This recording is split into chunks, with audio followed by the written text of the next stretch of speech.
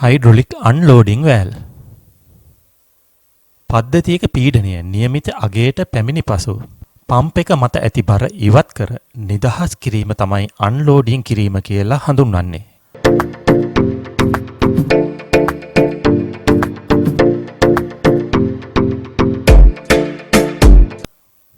පද්ධතියක පීඩනය නිතරම පවතින වෙලාවට මෝටරය සහ පොම්පය අධික ලෙස රත් වෙනවා.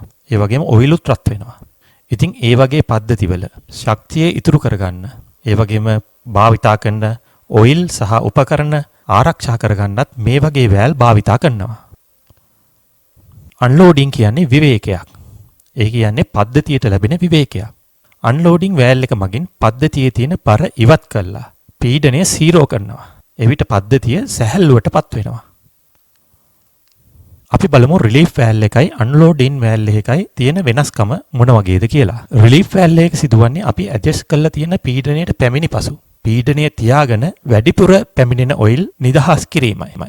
අන්ලෝඩින් වැල් එක සිදු කරන්නේ අපි ඇඩ්ජස්ට් කරලා තියෙන පීඩනයට පැමිණි පසු මුළුමනින්ම පීඩනය නිදහස් කිරීම. එය අපි හඳුන්වන්නේ අන්ලෝඩින් කිරීමයි. අපි දැන් බලමු අන්ලෝඩින් වැල් එකේ සංකේතය සහ ඒ වැඩ කරන ආකාරය. මේ සංකේතය රිලීෆ් වැල් එකේ සංකේතයට සමානයි. වෙනසකට තියෙන්නේ පයිලට් ලයින් එක වෙනම පිහිටුවා තිබීමයි. දැන් ප්‍රධාන මාර්ගයේ ඔයිල් පීඩනයට ලක් වෙනවා. හැබැයි මේ පීඩනයට ලක් වෙච්ච ඔයිල් ටැංකියට ගමන් කරන්න බෑ. මේ වෙන්කර දැක්වීම ඇතුලේ තියෙන ඊතලය මාර්ගයට සම්බන්ධ වෙලා නැහැ. දැන් පයිලට් ලයින් එකට ලැබෙන ඔයිල් පීඩනයට ලක්වීමේදී මේ ඇඩ්ජස්ට් කරලා තියෙන ස්ප්‍රින්ට් ටෙන්ෂන් එක අභිබවා යෑමේදී මේ වෙන්කර දැක්වීම ඇතුලේ තියෙන ඊතලය මාර්ගයට සම්බන්ධ වෙලා දැන් මුළුමනින්ම පද්ධතිය පීඩනය නිදහස් කරනවා. මේ තියෙන්නේ අන්ලෝඩින් වැල් එක සහ රිලීෆ් වැල් එක සංකේත. මේ එම වැල් දෙකේ වෙනස තේරුම් ගැනීමටයි මේ ඔබට පෙන්눔 කරන්නේ. දැන් මේ වැල් දෙකම පීඩනයට ලක් වෙලායි තියෙන්නේ. දැන් ඔබට බලා ගන්න පුළුවන් ක්‍රියාත්මක වෙන ආකාරය. මෙහිදී රිලීෆ් වැල් එකේ ප්‍රධාන මාර්ගයේ තියෙන ඔයිල් පීඩනයට ලක් වෙලා වැඩිපුර පැමිණෙන ඔයිල් තමයි ටැංකියට ගමන් කරන්නේ. මෙහි පයිලට් ලයින් එක පිහිටවලා තියෙන්නේ ඒ වැල් එකේම ප්‍රධාන මාර්ගයටයි.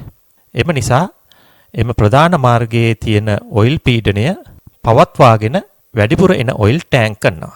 හැබැයි අන්ලෝඩින් වැල් එකේ එහෙම නැහැ. එම වැල් වලට පයිලට් ලයින් එකට ඔයිල් ලබා දෙන්නේ පද්ධතියේ ඇති වෙනත් ස්ථානයකින්. එම ස්ථානයේ හෝ පොම්පේ තියෙන පීඩනය අපි ඇඩ්ජස්ට් කරලා තියෙන පීඩනයට අඩු වෙනකන් මේ වෙන්කර දැක්වීම ඇතුලේ තියෙන ඊතලය ටැංකියට සම්බන්ධ වෙනවා. එහිදී මේ වැල් වලට සම්බන්ධ වෙලා තියෙන ප්‍රධාන මාර්ගයේ තියෙන ඔයිල් මුළුමනින්ම නිදහස් වෙනවා. ඒ කියන්නේ පීඩනය 0 වෙනවා. මම හිතනවා දැන් ඔබට මේ වැල් දෙකේ වෙනස හොඳින් තේරුම් යන්න ඇති කියලා. ඔබට මේ කාරණාව යම්කිසි ගැටලුවක් ඇති වුණොත් පල්ලෙහා කමෙන්ට් සෙක්ෂන් එකේ කමෙන්ට් එකක් දාන්න. සාමාන්‍යයෙන් හැම අන්ලෝඩින් වැල් එකක වගේම චෙක් වැල් එකකුත් පිහිටවලා තියෙනවා. ගොඩක් වෙලාට පවතින්නේ මම මේ රූප සටහනේ පෙන්වන ආකාරයට වැල් දෙකක් ආකාරයටයි. අන්ලෝඩින් වැල් එක වෙනමත් ඊට යටින් වෙනම චෙක් වැල් එකක් පිහිටවලා තියෙනවා. ඔබට මේ හරස් කඩ තියෙන රූප සටහනේ බලන්න පුළුවන් රිලීෆ් වැල් එකක තියෙන විදියම තමයි තියෙන්නේ. මෙහි පයිලට් ලයින් එක විතරක් වෙනම ඔයිල් සැපයුමක් ලබා දීමට. මම මේ වැඩ කරන ආකාරය රිලීෆ් වැල් පාඩමේ ඉතාමත් හොඳින් තේරුම් කරලා තියෙනවා. ඔබට ඒ තේරුම් ගැනීමට අවශ්‍ය නම් මාගේ රිලීෆ් වැල් වීඩියෝ එක නරඹන්න කියලා මම ඉල්ලනවා. මේ තියෙන්නේ වැල් එකේ වැඩිපුර එකතු කරලා තියෙන චෙක් වැල් කොටස. මේ චෙක් වැල් එක එකතු කරලා තියෙන්නේ අන්ලෝඩින් වැල් එකට ඉහළ පද්ධතියේ කොටස. පීඩනයට ලක් කර පහළ කොටස අන්ලෝඩින් කිරීමටයි. මේ රූප සටහනින් ඔබට එය බලා ගන්න පුළුවන්. මේ චෙක් වැල් එකට ඉදිරියෙන් පිහිටවලා තියෙන්නේ ඇකුමුලේටරයක්. පොම්පෙන් ඔයිල් ලබා දීමෙන් අනතුරුව ඇකුමුලේටරේ පීඩනය ගබඩා වෙනවා. ඉතින් ඒ පීඩනය ගබඩා වෙච්ච ඔයිල් නියමිත පීඩනයට පැමුණුනාට පස්සේ මේ පයිලට් ලයින් එකෙන් අන්ලෝඩින් වැල් එක ක්‍රියාත්මක කරනවා. එවිට මේ චෙක් වැල් එකට ඉදිරියෙන් ඇති පොම්පයට සම්බන්ධ ඔයිල් ප්‍රදේශය මුළුමනින්ම ටැංක් කරනවා. එවිට චෙක් වැල් එකේ ඉදිරිපස පීඩනයක් තිබීමත් පිටුපස පීඩනය 0 වීමත් සිදු වෙනවා. මේ කියන දේ අපැහැදිලි නම් ඔබ කමෙන්ට් එකක් දාන්න. අන්ලෝඩින් වැල් එකක් භාවිතා කරන ප්‍රධාන අවස්ථා. හයිලෝ පම්ප් පද්ධති. සමහර සිස්ටම් වල ලොකු පම්ප් එකකුයි පොඩි පම්ප් එකකුයි එකම මෝටරයකට සම්බන්ධ කරලා තියෙනවා. ඒ පොම්ප දෙක එකක් හයි ප්‍රෙෂර් අනිත් එක ලෝ ප්‍රෙෂර් ලෙස භාවිතා කරනවා. මේ තියෙන්නේ ඒ පද්ධතියක රූප සටහන්. මේ වගේ පද්ධති යොදාගන්නේ විශාල සිලින්ඩර් ඉක්මනින් ඔයිල් පුරවා ගැනීමටයි. ඔයිල් පුරවා ගැනීමට ලෝ ප්‍රෙෂර් පොම්පයත් පීඩනයට ලක් කිරීමට හයි ප්‍රෙෂර් පොම්පයත් භාවිතා කරනවා. මෙහිදී ලෝ ප්‍රෙෂර් පොම්පය අදාළ පීඩනයට පැමිණි පසු පීඩනය අන්ලෝඩින් කිරීම සඳහා මේ අන්ලෝඩින් වැල් භාවිතා කරනවා. එවිට ලොකු ලෝ ප්‍රෙෂර් පොම්පය 0 වීම නිසා, ඒ කියන්නේ අන්ලෝඩින් වීම නිසා කුඩා හයි ප්‍රෙෂර් පොම්පයට මෝටරයට බරක් නොදී අදාළ පීඩනයට ප්‍රෙෂර් කරන්න පුළුවන්. මේ තියෙන්නේ පද්ධතියට අන්ලෝඩින් වැල් එක සම්බන්ධ කරලා තියෙන ආකාරය. ඒ වගේම පද්ධති වලට ඇකුමුලේටර් යොදා ගැනීමේදී ඇකුමුලේටරේ ලෝඩ් කිරීමෙන් අනතුරුව පීඩනය නිදහස් කිරීමටත් මේ වගේ අන්ලෝඩින් වැල් භාවිතා කරනවා. ඒ වගේම පද්ධතියක ඔයිල් රත් වීම පාලනය කරන්න සුදුසු පරිදි මේ අන්ලෝඩින් වැල් භාවිතා කරන්න පුළුවන්. ඔයිල් රත් වෙන්නේ වැඩි පීඩනයකින් දිගටම ඔයිල් ප්‍රෙෂර් කරගෙන හිටියොත්. ඉතින් මේ අන්ලෝඩින් කරලා නිදහස් කරොත් පද්ධතියට විවේකයක් ලැබෙනවා. එවිට ඔයිල් රත් වීමද පාලනය වෙනවා. ඒ වගේම අන්ලෝඩින් වැල් භාවිතා කිරීමේදී ප්‍රධාන වශයෙන්ම වෙන්නේ විදුලිය ඉතිරි කර ගැනීමයි. පොම්පය පීඩනයට ලක් වෙලා තියෙනවා කියලා කියන්නේ මෝටරේ ලෝඩ් වෙනවා. මෝටරේ ලෝඩ් වෙනකොට වැය වෙන්නේ විදුලිය. ඉතින් අපි පම්ප් එක අනවශ්‍ය වෙලාවෙදී අන්ලෝඩ් කරනවා නම් මෝටරේ තියෙන බර නැති වෙලා විදුලිය ඉතුරු වෙනවා. තවත් වැදගත්ම කරුණක් වන්නේ අන්ලෝඩින් වැල් භාවිතා කිරීමේදී එම වැල් එක ඇඩ්ජස්ට් කරන්න තියෙන ස්ක්‍රූ එක. එය නිවැරදිව ඇඩ්ජස්ට් කරලා නොතිබුණොත් ඇඩ්ජස්ට්මන්ට් එක වැඩි වුණොත් මෝටරේ ඕවර්ලෝඩ් වෙන්න පුළුවන්. ඕවර්ලෝඩ් නොවන මට්ටමට වැඩි වෙලා තිබුණොත් මෝටරේ රත් වීම, ඒ වගේම අපේ සිස්ටම් එකේ තියෙන ඔයිල් රත් වීම නිසා පද්ධතියේ තියෙන වැල්, ඕරින්, පිස්ටන් සීල් වගේ කොටස් වල ආයු කාලය ගොඩක් අඩු වෙන්න පුළුවන්.